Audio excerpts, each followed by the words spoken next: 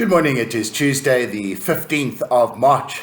Happy middle of the March day to you. We continue the exciting saga of Joseph in Genesis. We are now Genesis chapter 42, and this morning we read verses 1 to 17. Joseph is in Egypt, as we well remember from last week. In fact, when I spoke to you on Friday, Joseph was still in jail.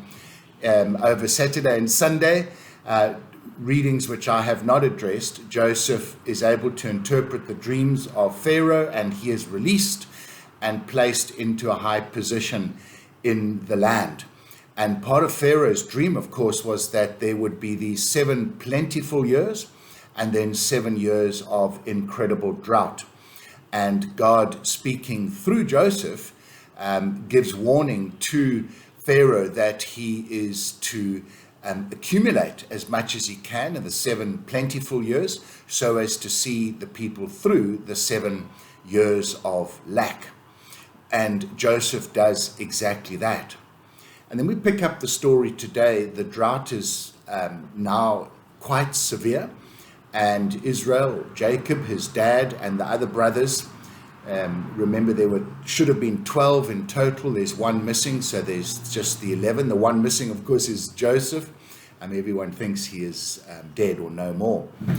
And Jacob, or Israel, as he is also known, sends 10 of the brothers, Benjamin, the youngest, who is the second born to Rachel, Joseph being the firstborn to Rachel, Rachel being the beloved wife of Jacob.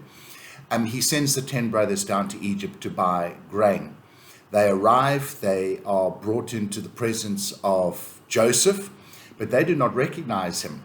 But Joseph recognizes his brothers. Remember that some 20 years approximately had passed since the time that they had captured Joseph when he arrived and thrown him into the well and then sold him to the Ishmaelite traders as a slave. Joseph was a teenager at the time. 20 years later, he is an adult. He is dressed like an Egyptian. His head is shaved like an Egyptian. He's wearing Egyptian clothes, which I don't think was very much in those days, it being rather hot. But certainly they did not recognize him, although he recognizes them.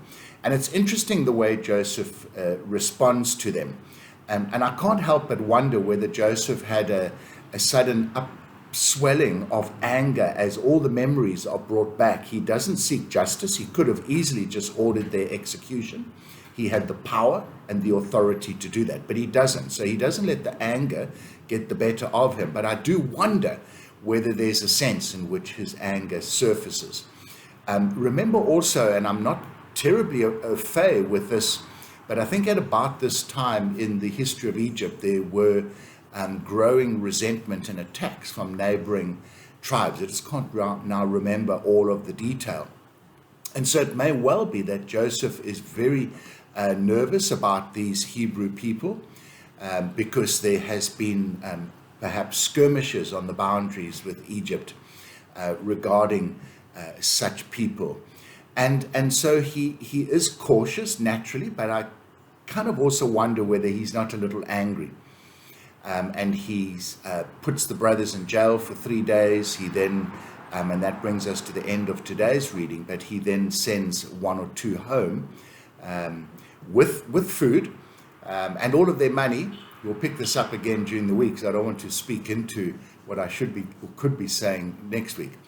But I think that for me, sometimes we have been hurt in life, and we cannot deny the consequences of that hurt or the pain that it may have left us. Let us be real and deal with it. There will be anger. Anger is a reflection of the hurt deep within us, but we do not let it take control of us. Just as Joseph did not immediately order the execution of his brothers, he was angry, accused them of being spies. He played this little game with them, but at the end of the day, they got the food, they got all their money back. He donated it to them for free, and yet these were his enemies, as it were. But he recognized that they were brothers, family. So let us, be real and acknowledge that sometimes we are angry and hurt by what other people do. We don't take revenge, but let us at the same time not deny the anger and the hurt and deal with it. And we'll see later that Joseph does deal with it as he confronts his brothers with the truth.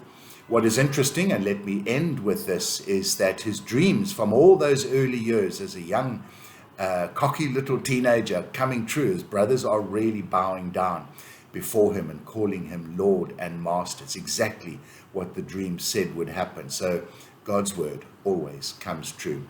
Folks, have a good day, and we'll chat again next week. God bless.